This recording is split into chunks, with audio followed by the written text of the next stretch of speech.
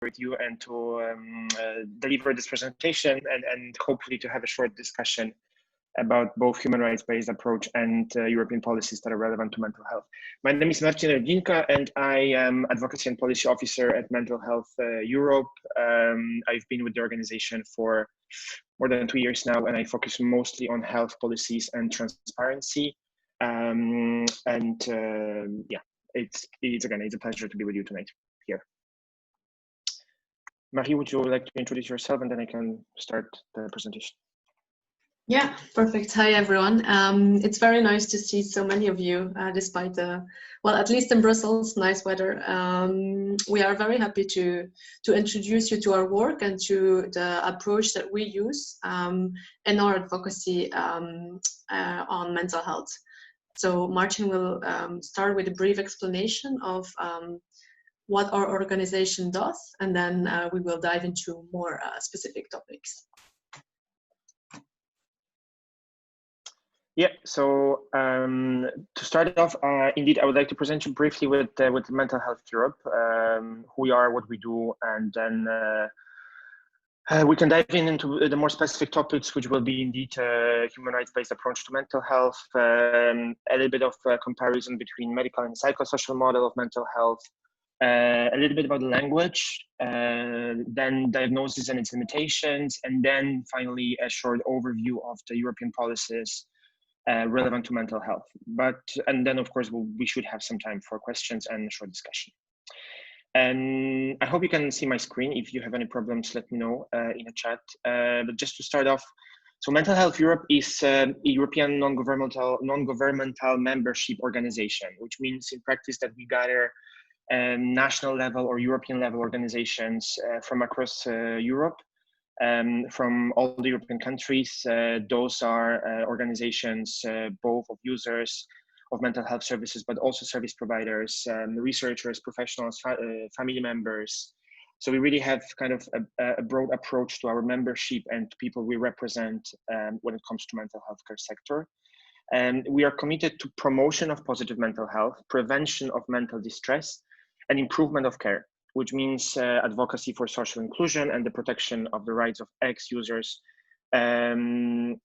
Because we both work with people that used to be users or consider themselves as ex-users of mental health services, but also those that are current users of mental health services. Also persons with psychosocial disabilities, their families, and carers. So we are quite old. We are 30 years old. We have more than 70 organizations in our membership from, I think, almost 30 or more than 30 countries. And we work on 5 strategic priorities that are circulating around human rights, social policies, health policies, really to have like as wide approach to mental health as possible, and I hope it will become clear from our presentation. We work closely with the European institutions and international bodies. So, of course, European Commission, European Parliament, WHO, Council of Europe, International Labour Organization, and probably a couple of other agencies and institutions. We always in our work, we try to place users of mental health services at the center of what we do. Important disclaimer is that we don't have funding from pharmaceutical industry. We are funded solely by the European Commission funding and funding currently from the European Open Society Foundations. As a rule, we don't accept funding from the commercial institutions such as pharmaceutical industry. Here you have our priorities. So indeed, we try to work a little bit in something that you could call understanding mental health and different concepts on social policies. We call it Social Europe, human rights, mental health at work. We work a lot on employment policies. We are quite active in the area of recovery, community-based services, and do different projects and campaigns such as fighting stigma, etc. So our specific focus on 2020 and 2021 is indeed working with vulnerable groups such as youth, migrants. I would also add LGBTI people here, transparency, develop more work on social policies, again on UN Convention, CRPD, that Marie will talk about in a minute. Create more opportunities for our members to exchange. And again, and also important part of our work in the coming years will be to empower peer workers in mental health. And here I think I will pass it on to Marie, who will talk to you about human rights-based approach. So first of all, I just put it in the chat, but don't hesitate to ask any questions in the chat, and then the other one of us will try to answer, or we will get back to them at the end of our presentation. But so, as Martin said, we really advocate at the European level for mental health to be included in policies. And so what we promote, which kind of mental health do we promote? And that's the human rights-based approach to mental health. So I will explain what we mean with a human rights-based approach to mental health.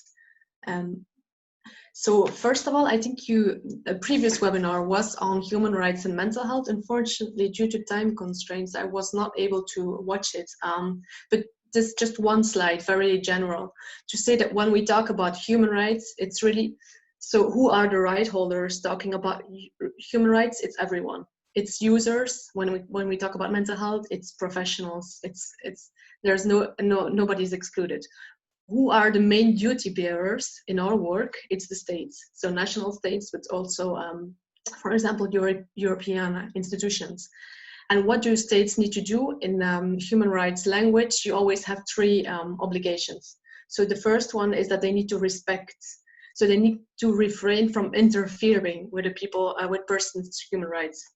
If you talk about health, for example, you can say it means that they cannot take actions such as going against someone's human rights, such as forced sterilization, for example.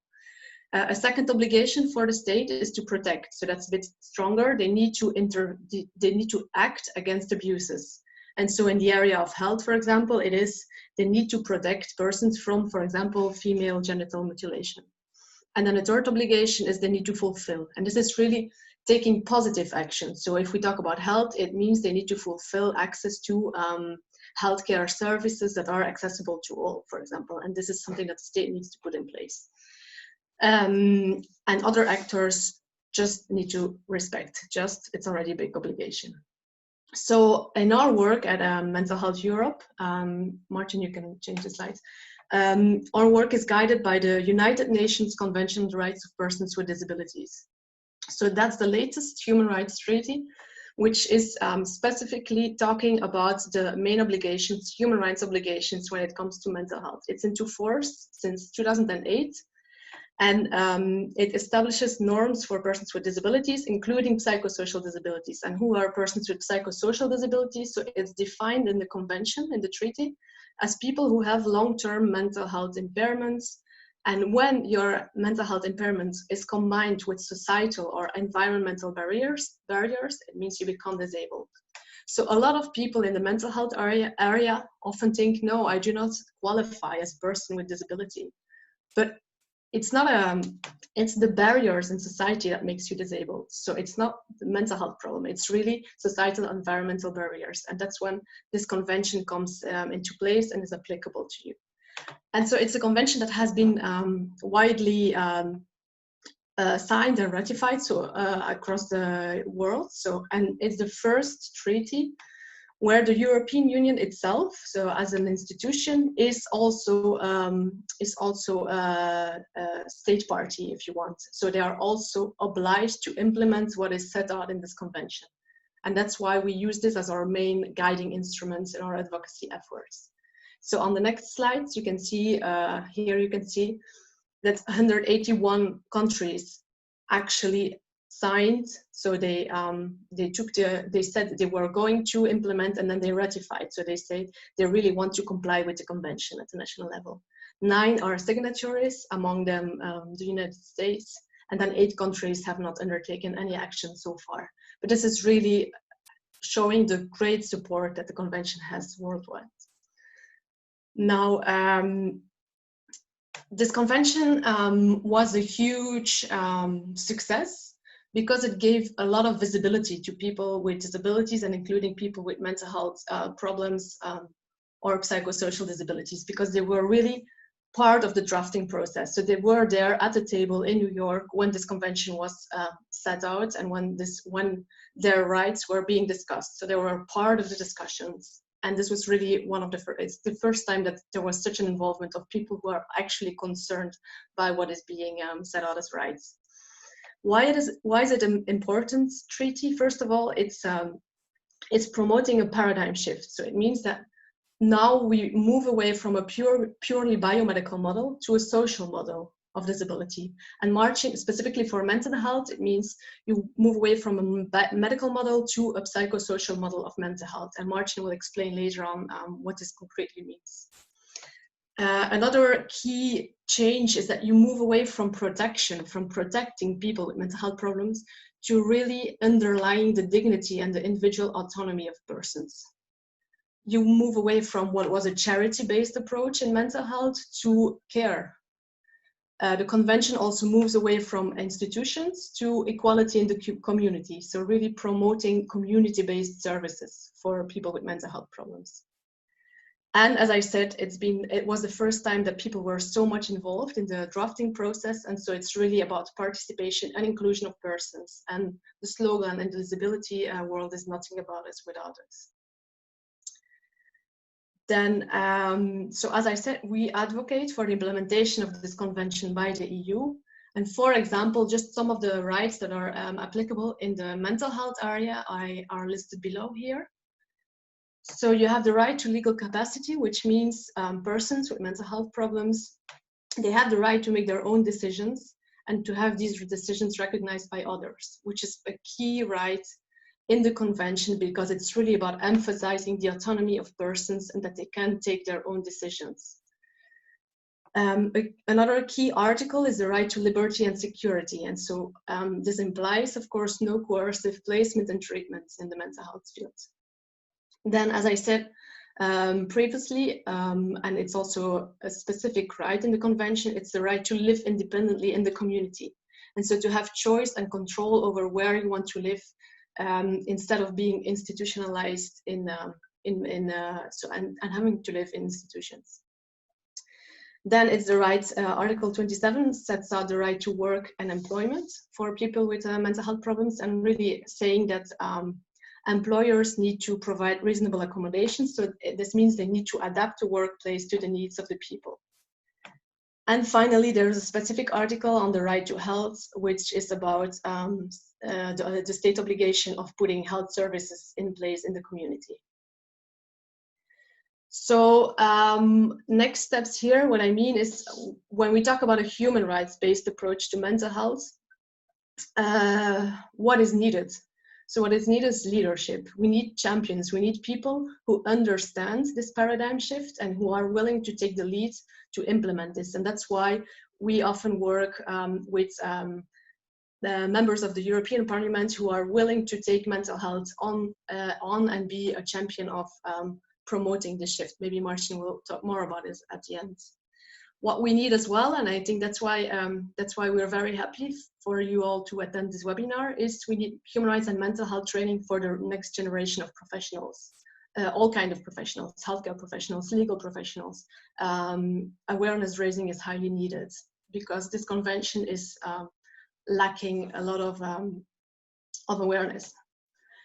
Then we need to reevaluate the ethical standards and the mental health laws together with the people who are actually benefiting from these laws across all countries.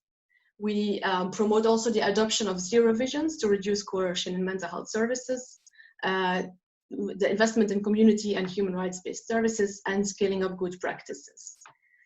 And then finally, on the last slide, what I want to emphasize is that promoting a human rights-based approach to mental health, it's really a process that we all need to undertake. It's not from one day to another, but it's really, we all need to become aware and we all need to take little steps to implement this. And I think we need to acknowledge that this convention that I just presented, the UNCRPD, it's a huge challenge, because the reality and the current practice is very far away from what is set out as standards in the convention. But it's such an opportunity to implement a real change that this convention can be used as a tool to reform mental health and have a more human rights compliant approach to mental health. So I think Martin will now explain a little bit more this paradigm shift from the biomedical to the psychosocial model. Yeah, thank you. That is very much needed, by the way. And so I will try to briefly, describe a difference between the biomedical model and psychosocial model, and why it's important actually to, to think and approach mental health from a psychosocial perspective. So indeed, when we think about mental health, we can think about mental health from different angles. One of them might be a biological model, biomedical model, that might be also called illness model, or the psychosocial model. And the biomedical model, that is that is very common and spread and used in I would say in a mainstream psychiatry, is the model that we think about mental illness. First of all, we talk about mental illness that is mainly caused by biomedical factors, although that they can be exacerbated by the personal circumstances. And the first focus is really a disease. We think about a disease that is mainly caused by the biological or genetic factors in a person. And the main focus is also treatment. We really want to, treat the disease, and that's it. That's kind of like, that's the frame.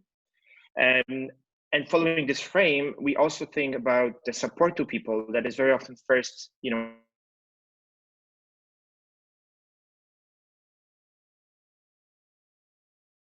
or causes of mental illness.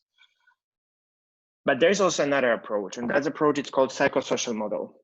And when we think about mental health in a psychosocial model, we think about our mental health, first of all, as a resource that we all have. And this resource and that this mental health is affected by a lot of, or influenced by a lot of factors that are around us as well, inside and outside of us, in a society, in our surroundings. And I think it's better to maybe jump on the example that is current pandemic and COVID-19 crisis, and the fact that our mental health is very much, and that's the biggest proof, really, and quite recent proof that our mental health is very much affected by the social determinants around us, about the fact that we are isolated, about the fact that we are afraid of losing our jobs, about the fact that we are worried about getting sick, but also about our families, that we lose the connections, that we that the level of distress and stress in our life is really, really high. So our mental health can be affected by a lot of variety, by a lot of factors, socioeconomic factors and issues such as long-term poverty, for example, homelessness, but also imbalance in the work life, or long-term stress, and a lot of things.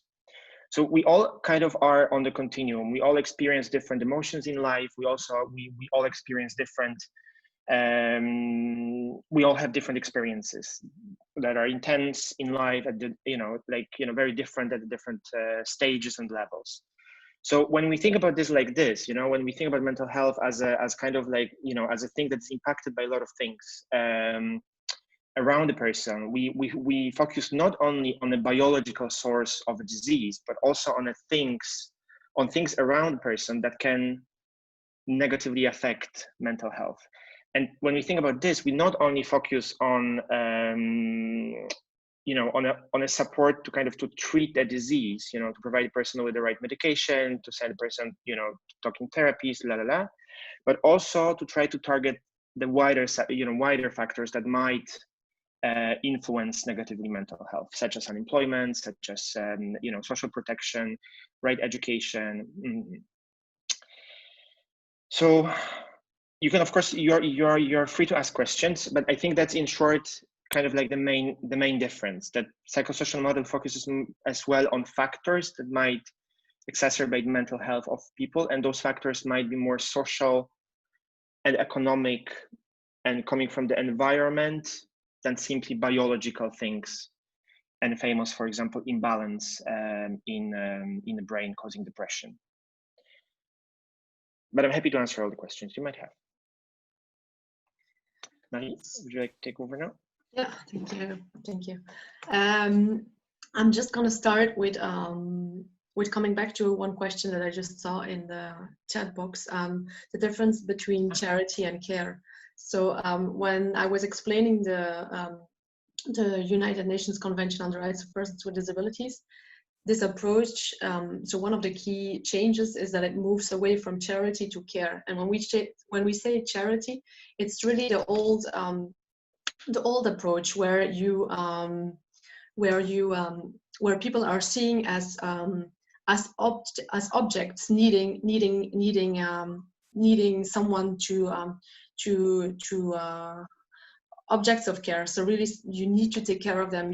Charity is like the poor persons that we need to help, if you want. While this convention is moving away from this and considering persons as subjects of rights. So it's really from objects of care to subjects of rights. And so from charity to real care, to supporting the persons and saying what they want and listening to them instead of you thinking that you know better for them. I hope this helps understanding this difference. But so when we talk about human rights-based approach to mental health, we have, I'm just going to present now 2 ways of implementing this, of how we actually try to raise awareness on this human rights-based approach to mental health. And so the first one is that we have an anti-stigma campaign going on. It's an ongoing campaign. It's called Each of Us. And it's, feel free to change the slide, Martin. It's about, it's targeted at policymakers at the EU level, but also at young people, employees and managers, and the general public. And what do? We have online and offline campaigning, but it's we try to give people a voice. So we have a wall of stories, and we really try to combat misconceptions about mental health and mental health problems, and that's really at the heart of the campaign. And one way of doing this is that we published an infographic on the use of words. So words matter when you talk about mental health. And I'm really very briefly going to present this infographic because it is clear that language is a powerful tool to raise awareness and to fight stigma. And so together with our members, we established this infographic. So together with health professionals, including psychiatrists, other medical professionals, but also users, ex-users of services, etc. And we came up with 3 key points. So first of all, it's to be careful with labels and not to refer to people as their conditions. So what people ask is really to say a person with a mental health problem rather than a psycho or a schizophrenic or the mentally ill. And so here you can find a couple of ways how you can talk in a respectful way about people with mental health problems and not labeling them. Because if you label, you just take one aspect of a person's identity and you highlight this. Well, we are much more than just a mental health problem that we might have. So it's really about avoiding this and saying, okay, this person lives with mental ill health, but is also so much more than this. A second key item when we talk about mental health, it's speak about the experience and not about the symptoms. So it relates very much to the labels, but it's like, as you can see on the slide, it's a person experiencing mood swings, and it's not the patient, or it's a person who has been given a diagnosis of something, and not it's a bipolar. So that's just a way to promote human rights based approach. And then a third key item is to mind cliches, because cliches can be very harmful. And that's mainly regarding press articles. So where you often see psycho knife attacker has killed the old woman, or a schizophrenic is sent to jail or something like this. And we try to really change language used also in the press, and for example, say, okay, statistics shows that most people living with mental ill health are more likely to be violent. They are not more likely to be violent than anyone else. They are unfortunately more likely to be victims of violence. And so we have a press kit that we also share with the press every time that we organize a big event or that we publish an article, inviting them to use the right way.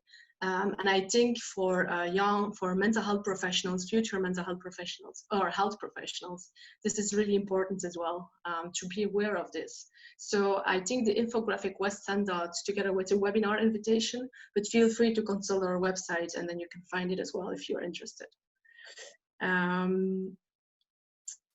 Part of this campaign, so when we talk about words matter and trying to avoid misconceptions about mental health, is that we also have these 10 myths about mental health that you can help us debunk. And it's really key. So we try to promote this as much as possible. And you can see them here. I won't go through all of them. But for example, mental health is all in the head. Well, as Martin explained, our approach is really just to look at the person's life experiences and not only focus on this one, on something that might be going on in the head. It's also looking at a person's history, etc., etc. Or as I said, people with mental health, or for example, people with mental health problems cannot work.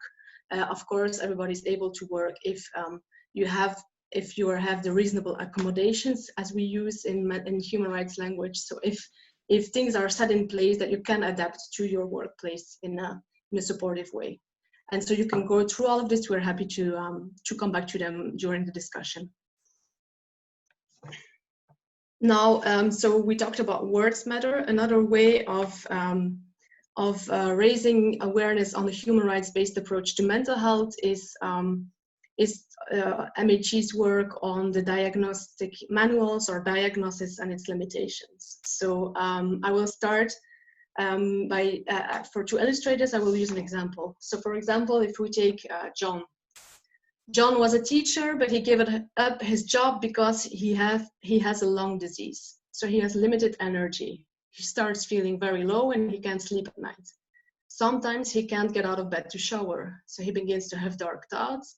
He goes to his doctor, he's diagnosed with depression, and he's prescribed antidepressants. So what is good about this situation is that John's distress has been acknowledged. He has asked for and he received support. But what is less positive about this is that his mental distress became the symptom of a biological illness. And so the main causes of his feelings have not really been addressed. So he has now this label of depression, and it's the best intentions that have brought him this label, but it can also lead to stigma and discrimination. And so overall, why diagnosis? So our work really at Mental Health Europe is trying to raise awareness on both the positive and the negatives of diagnosis. And so why can it be helpful? Well, it can help you access services, it can help you access care, it can help you access support. And sometimes it's necessary to access benefits in social security benefits, or it's often necessary. And it can also help you personally to have an explanation of why you are feeling this way. It can give you hope because treatment is available, and it's also a way to use a common language among professionals to communicate about a person, for example. But why can it be sometimes unhelpful? As I mentioned with the example of John, it can cause stigma and discrimination, including at work. It gives this label, and it's sometimes difficult to shake it off. Once you have it, it's very difficult to leave it behind. So once you have been told that you're depressed, it's very difficult to get rid of it. It can make people feel like something is wrong with them. And the wider events which may have caused the mental health problems may not be considered. So sometimes people lose hope because they think they can change the circumstances. So if we go back to the example of John, he asked for and he got support. But it's most likely that he's depressed because of the difficult life events, his physical health is not good, his lung problems, and not because he has a mental health problems that is called depression. So he can be helped by different ways, by medication, but also by psychological therapies, by support with physical health, by support with adapting to a different lifestyle. And our position at Mental Health Europe, is that diagnosis and diagnostic tools, they can really be of great benefit to practitioners and to people using the services, but they don't always tell the whole story. And so you really need to use them and with caution. We also advocate for the manuals to be revised transparently and to involve users, because they are the ones who are really experts because of their own experience. And finally, when healthcare professionals use them, they should be seen as tools in an equal relationship of dialogue. So it's not one person giving this to the other, to the user, but it's really discussing where this comes from, why is this good for me, and where is this leading to. And so Mental Health Europe wrote a short guide on psychiatric diagnosis that we use. It's on the next slide. That we hope will help the people who need it to be better informed, that can really be used to encourage discussions with healthcare professionals. So it's a short guide answering where does the diagnosis come from, what are the benefits, what are the limitations. And again, I think this document has been shared with you in the invitation for the webinar. It can also be found on our website. We drafted this together again with our members, so with healthcare professionals, users, etc. And we really hope that this type of publications and can encourage wider debate about how we think about mental health, and so trigger the discussion about a human rights-based approach to mental health.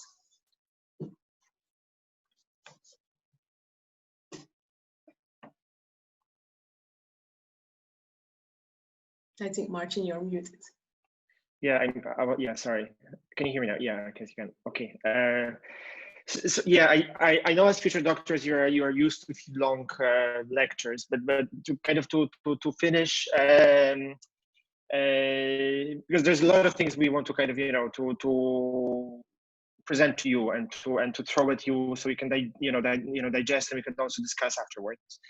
Now I would like to have the last part of the presentation to familiarize you with the key European policies that are relevant to mental health. And now I want to say that we are in the EU policy making timeline, kind of in this time that we're approaching the end of a lot of big tools and big files. Like, for example, Europe 2020 strategy is coming to an end because we are in 2020, and now we are in this kind of time that I'm going to still talk to you about big important tools that delivered a lot of important things at the EU level, but also mind that there's this time that much more and fresh things are about to appear, hopefully on the policy agenda in the EU. So just to start off, and I promise I'm not going to take a lot of time, but if you have any questions, shoot me in the chat box. EU competence, as you might be aware, in terms of health and social policies is quite limited. EU cannot legislate a lot on these issues. There's a subsidiarity principle that kind of gives a lot of power, like kind of keeps a lot of power with the national states. So the role of the EU, however, is quite still important, because EU can still set minimum standards, provide political direction on what should be implemented at the EU level, and give some kind of framework, coordinate, and support member states. And why we are focusing now on this policies that are here, like social and health. Health, okay, it's clear, right? Because it's health. So of course, when you talk mental health, the link is kind of there. But as kind of we were trying to present to you during this presentation, as we really base our work on psychosocial model and try to work with the environment and both physical and social environment of people, those come as very important aspects of people's life. So of course, your employment, your social protection, your education, all those aspects have huge impact on your mental health.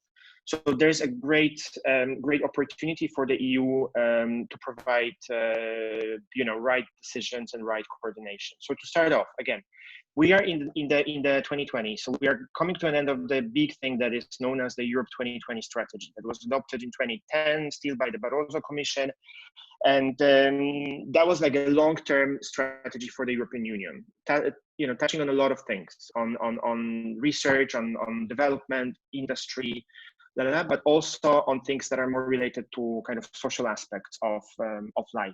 For example, there is a target in the strategy, because we are still functioning on it, is to reduce the number of Europeans living below national poverty lines by 25 and lifting 20 million people out of poverty. The other target that is again related to social protection, to employment, and again to social policies is, for example, to raise the employment rate of the population aged 64, from the current 69% to at least 75. And indeed, during this time, some major initiatives were implemented at the EU level, and those were related to employment, again, to development of the skills on the labor market, and to the poverty, for example. So there was an agenda for new skills and jobs, and, for example, European platform against poverty.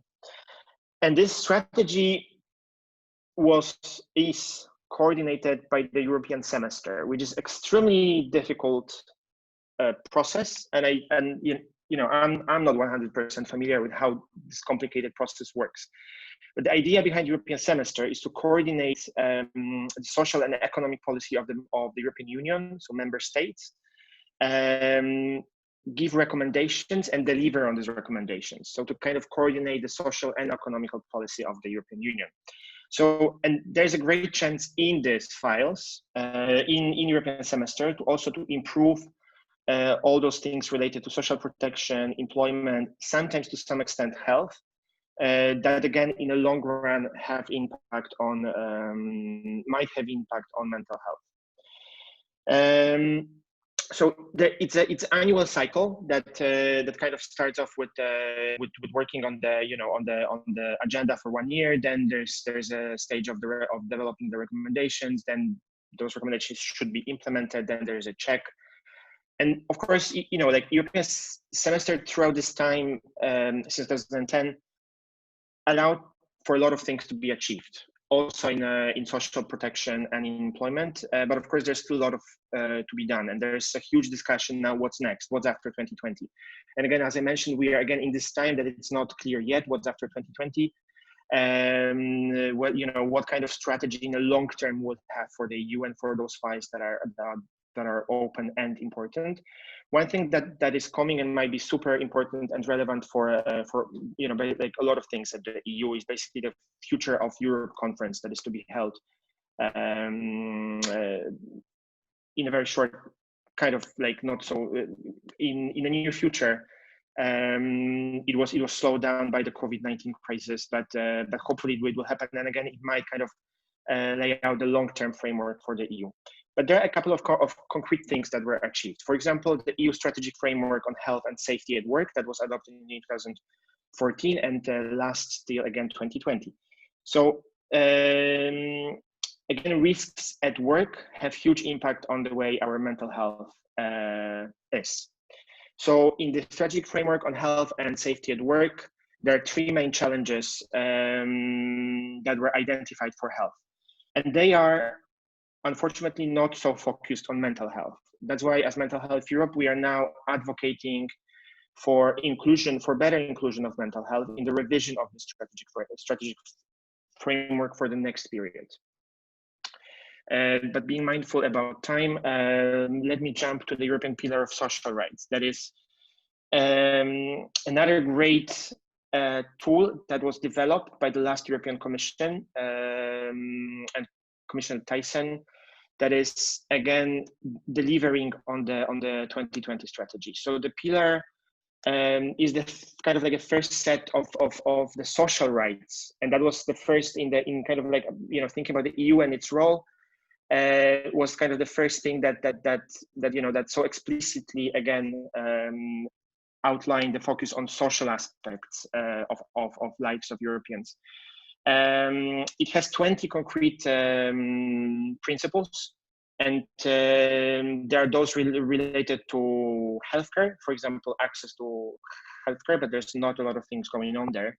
More things are going on this, kind of social side. And one of the very tangible outcome of this pillar was a work-life balance directive that was adopted in 2019, and currently is at the stage where it's supposed to be transposed in the national legislation by 2022, if I'm not wrong.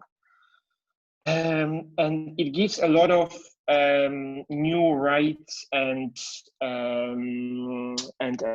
opportunities for people basically to have better, well, work-life balance. That's all about this really too. So there are new standards about the parental leave. There are new standards on the leave, on the flexible working arrangements. So again, that's something that the EU did, in a sense that it set minimum standards and kind of coordinated among member states on how this can be improved. And this work-life balance was really is really a great step in this field. What's important to say, I think, it's to mention that when it comes to European Pillar of Social Rights, it was adopted indeed by the previous Commission, but the current Commission, van der Leyen, promised to deliver a very concrete action plan on the implementation of the European Pillar of Social Rights. So hopefully, with the new commissioners in place, responsible for employment and social affairs, we'll see more concrete actions taking place and really delivering on the social rights of Europeans.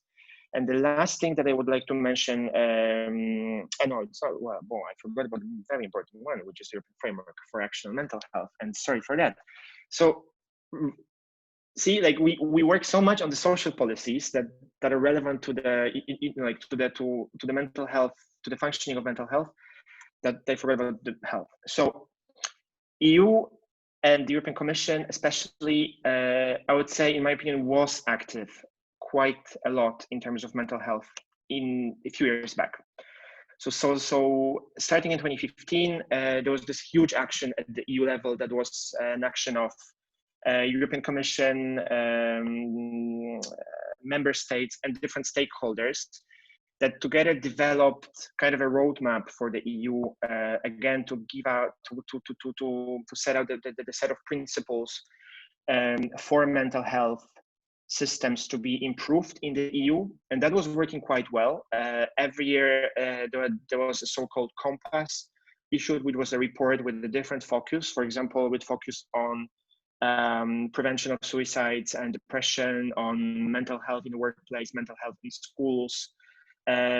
Really a quite sustainable part of piece of work at the political level and policy level done by the EU. For some reason, in 2018, that was stopped, and there was no really concrete follow-up on this. So acknowledging that the EU and the DG Center especially did a lot of things on well, quite significant things, amount of work on mental health, there's not a lot of things happening at the moment. So we'll see what's going to happen in the near future. There are some signs, positive signs coming from the stakeholders and policymakers when it comes to mental health and their attention to the issue. As you might be aware, a new commissioner, well, 1 year old almost, commissioner for health is a psychologist by education. For now, we haven't seen a dedicated efforts for mental health that will be high on the political agenda, because there are different priorities like cancer, like focus on food policy, etc. But we're still advocating for a lot of things that needs to be done quite urgently at the EU level. But this framework for action is quite a nice base that can be worked on further. Things from last year that was quite promising and gave us a lot of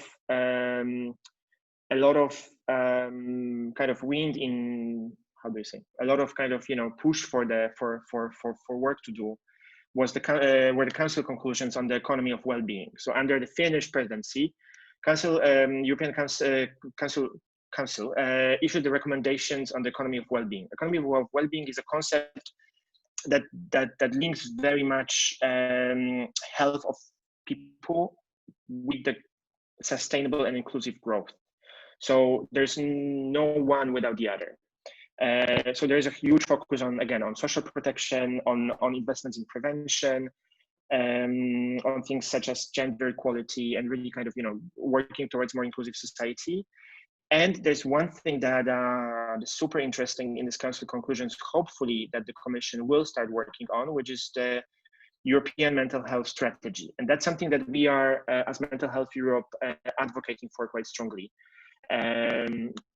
So that's something that we would like to see at the EU level. That's really the opportunity to deliver on the concept of mental health in all policies. As Marie mentioned, there are quite strong champions in the European Parliament at the moment that are very much aligned with this, with us, and they are really considering the mental health strategy as an important step for the development of mental health policy at the EU level. Currently now we are at the stage that we have a new multi-annual financial framework coming in the picture. So the next EU budget that will really, I can see some heart on my screen, that will really kind of frame the spendings of the EU, and through this the action of the EU. So again, as Mental Health Europe and as an advocacy organization, we are trying to push for the inclusion of mental health specific objectives into the multi-annual financial framework to make sure that there are money for mental health in the coming years. It's a long-term budget.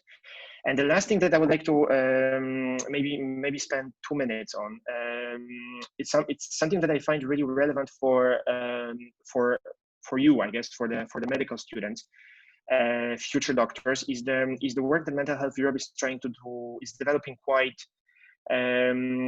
intensively for the last 2 years, which is the work on transparency.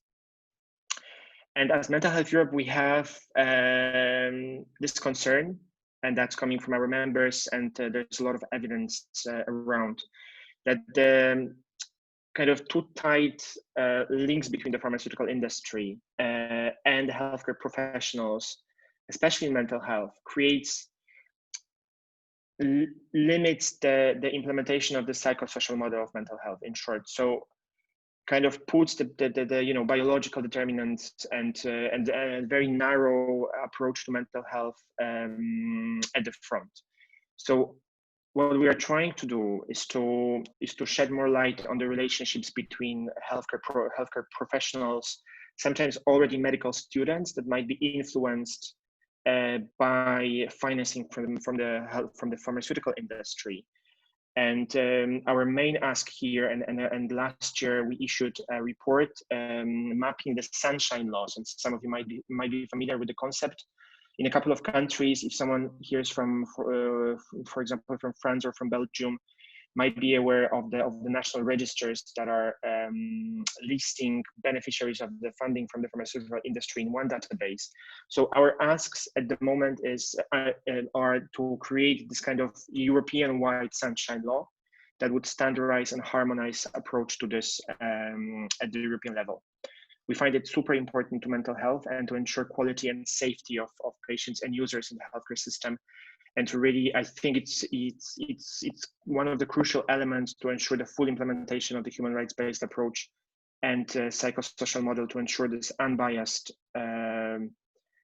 decision-making and functioning of the system.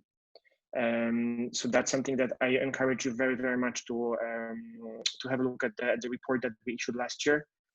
And I think I should stop here to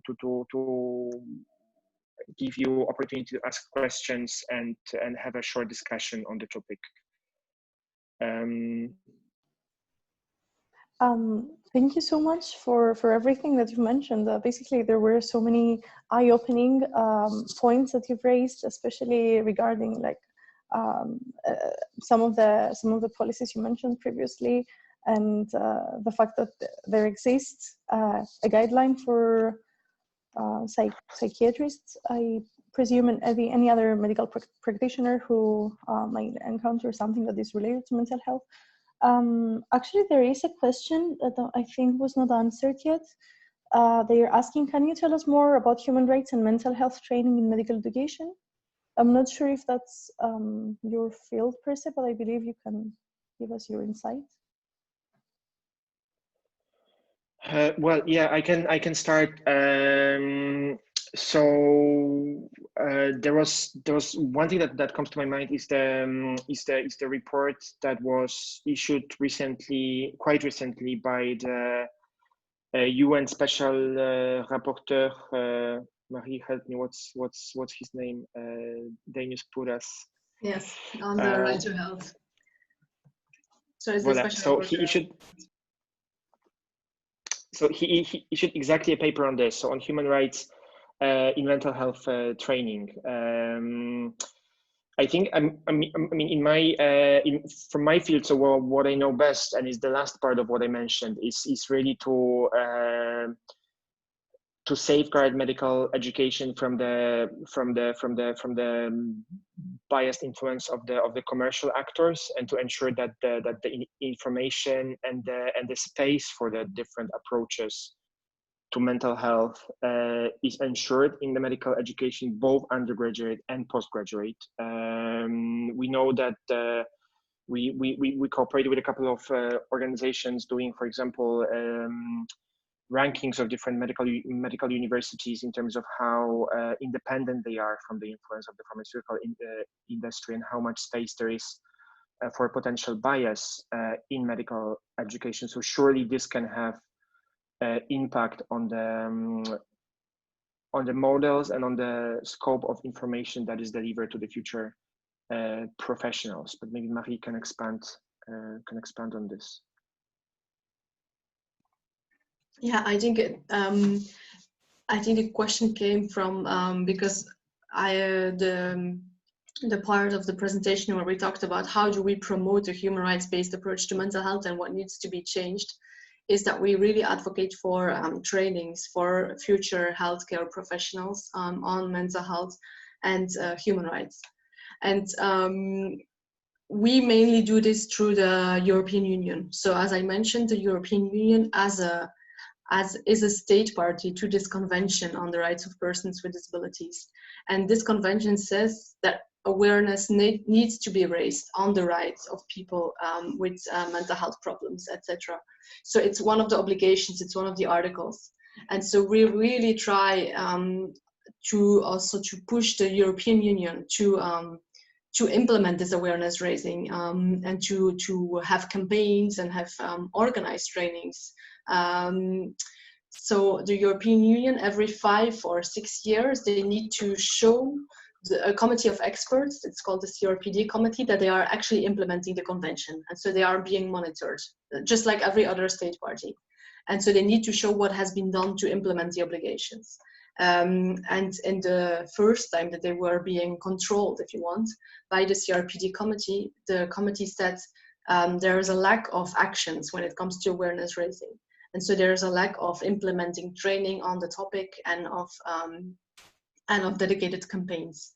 And so this was in 2015. And so in the past 5 years, we have seen maybe 1 or 2 campaigns on specifically on mental health, but it was targeted at the workplace. So little has been done really for a broader awareness raising on the rights, on the human rights in the mental health area. So the next revision is coming up. It will be in 2021. It's been delayed now due to COVID-19, but it will probably be in 2021, maybe early 2022.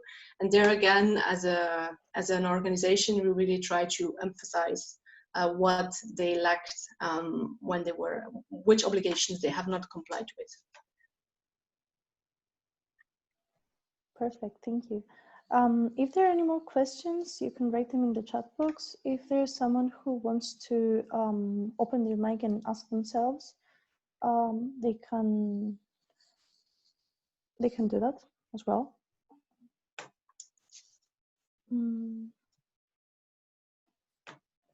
If not, I also have a question myself.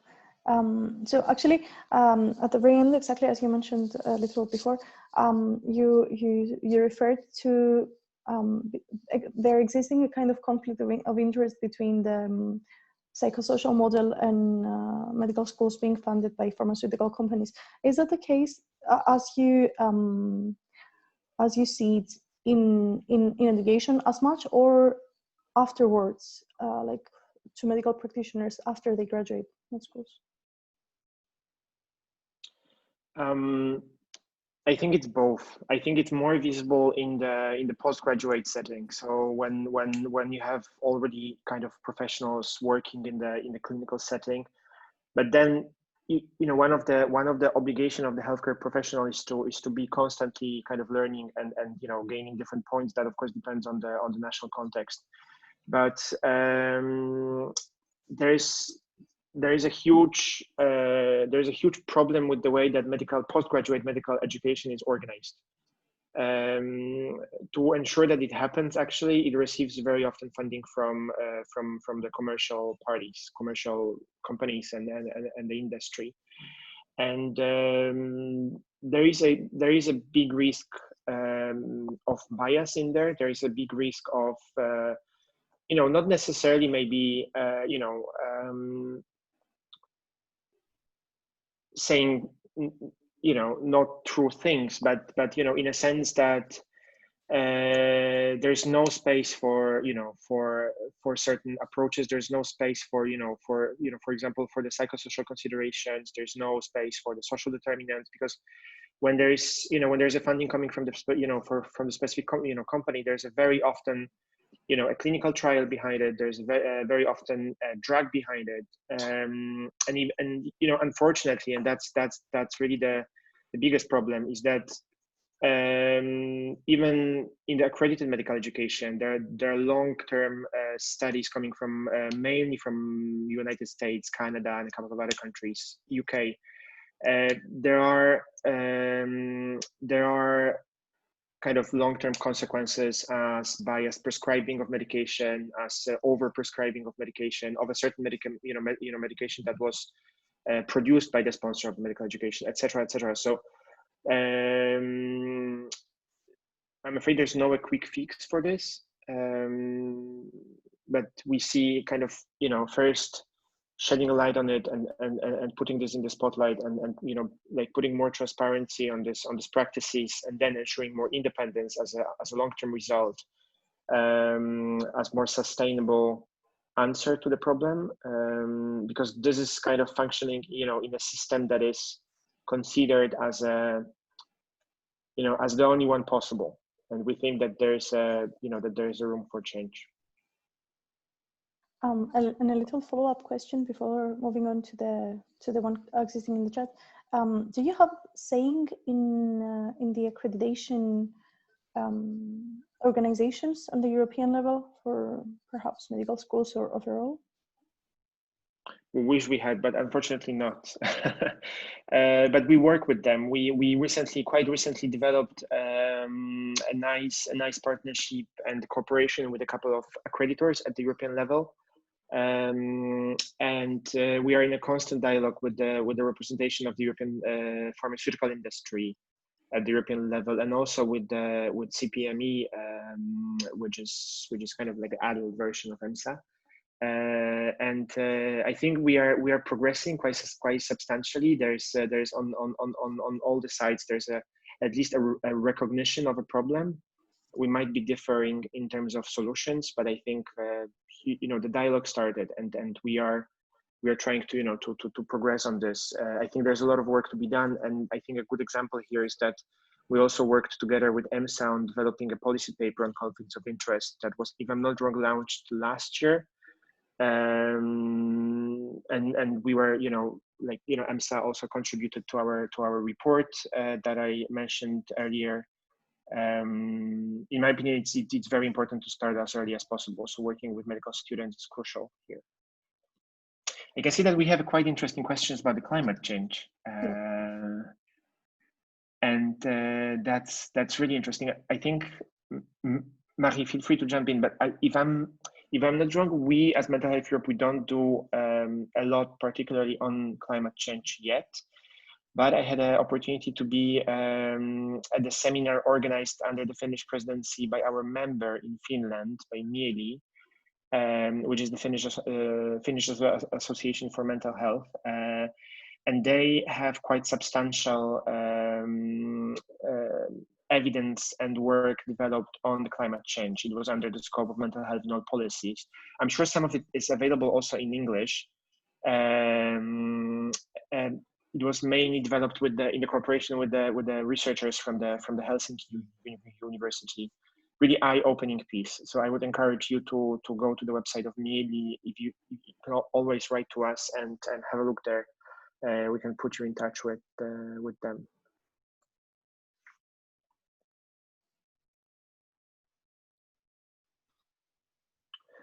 And there's a question about MAG work in terms of scientific lobbyist advisors to the EU Council. So we are, yeah, I can say we are lobbyists. Huh? I think, I think we are advocates, and we are, but we are sticking to the rules, of course, and we are registered in the Transparency Register as Mental Health Europe. We, yeah, but I mean, we are, yeah. Go ahead, Meg. Yeah, I think we don't often use the word lobbyist, but we definitely, I mean, yes, it is the same. We do advocate among the European Council and other institutions to have mental health included in the policies that they are working on. Do we work as scientific advisors to the Council? No, we don't have a bilateral ongoing relationship with the Council, but they know we are available, and especially members of Parliament, but also Council, when they work on pieces of legislation, that we are available there to provide input and give them advice on how we consider or what we consider that should be the approach. Well, unfortunately, Council could consult us more often, but some MEPs do. We can also share it as a handout material, so maybe I could contact you, Martin, and share it with all the participants, all those who were not here but registered from the very beginning.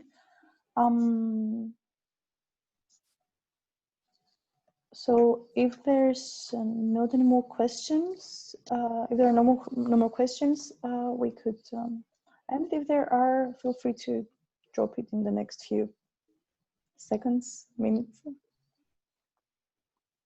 I maybe have one more question referring the structure of MHE, because I haven't heard of it before this whole webinar session. And so what are like the lower levels beneath? So MHE sits in Brussels, London, or is Brussels. it Brussels? Okay. And are there structures that are beneath that? So I come from Germany. Is there like a German representation of MHE? So yeah, Mary, go ahead. No, go ahead. So we are a member organization. So we have, for example, members in Germany, which are either national organization. It's dependent on the organizations within the countries. So our members can be national organizations who represent all mental health stakeholders, or it can be regional organizations in the country, or individuals, for example. So we are an individual entity, totally separate. So we are an organization as such, with 5 staff members, etc. But then we have so many members in different countries that our work is going through the national level, through our members. In Germany, for example, we have members in Munich. Most of our members are based in Munich and are healthcare providers or hospitals, or yeah, you can see all the members on our website, so then you can recognize which kind of entities are part of it. Okay, thank you very much. Yeah, you're welcome. Thank you so much for everything you've shared with us today. I believe it was really informative for all of the participants. If there are any more questions, you could also share them with me. Like if there's any participant that came up with any questions, you can send it to me by email, and I can forward it to Martin and Marie. There's a question whether a person can become MAG. Yeah. Of course, yes. We have, you can become an individual member. You don't have to be an organization to become a member of MAG. You can also be an individual member. Again, if you're interested, feel free to get in touch with us via email, and we will share with you all the information about the membership, the whole procedure, and etc. But it is possible. Thank you. So because we've exceeded a bit more than 1 hour, thank you so much again. Thank you for all you've shared so far, and I believe it was really important for all of us, and let's hope for a follow-up work, because I believe that we can still contribute as medical students to everything you've been doing, and since there like things already prepared or things that are worked upon from your side, and there are many medical students interested in mental health and the human rights-based approach to it, we can find common ground to continue this collaboration. So good evening to everyone, and I hope you enjoyed this webinar, and thank you all for attending these 3. Bye-bye, everyone. Thank you very much. It was a pleasure. Bye. Thank you. Thank you.